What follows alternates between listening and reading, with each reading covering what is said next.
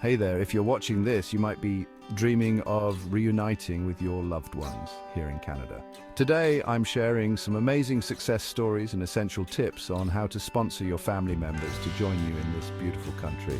The process might seem overwhelming, but trust me, it's all worth it. Let's start with the basics. Family sponsorship lets Canadian citizens and permanent residents bring their close relatives to live, work, and study in Canada.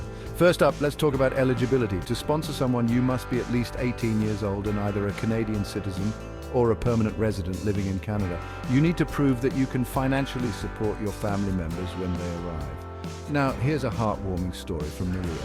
Maria, originally from the Philippines, moved to Canada 5 years ago. She worked tirelessly to save up and fulfill all the requirements to sponsor her parents. After a long wait, Maria's parents finally arrived last year. She says, "Seeing my parents walk out of the airport was the happiest moment of my life." Her advice? Stay patient and keep believing. Next, let's discuss the application process. It involves a lot of paperwork, but don't let that scare you. The first step is to submit an application to IRCCC, Immigration, Refugees and Citizenship Canada. Make sure to double-check all forms and documents to avoid delays. Now, let's hear from Ahmed, who successfully sponsored his wife and son from Egypt.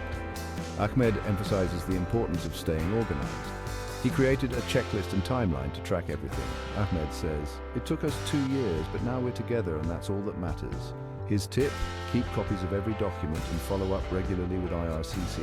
And then there's Lee, who sponsored her younger brother from China. Lee faced several challenges, including missing documents and long processing times, but she didn't give up. Lee worked with an immigration consultant to navigate the complexities. Her advice is, if you face obstacles, don't hesitate to seek professional help. Here's another important aspect: proving the relationship. You need to provide evidence like birth certificates, marriage certificates, and photos to show that your relationship is genuine. Remember to be honest in your application. Any false information can lead to serious consequences, including the refusal of your application. Let's wrap up with some final tips. Stay informed about changes in immigration laws and policies. Join online forums and support groups where you can share experiences and get advice. And most importantly, don't lose hope.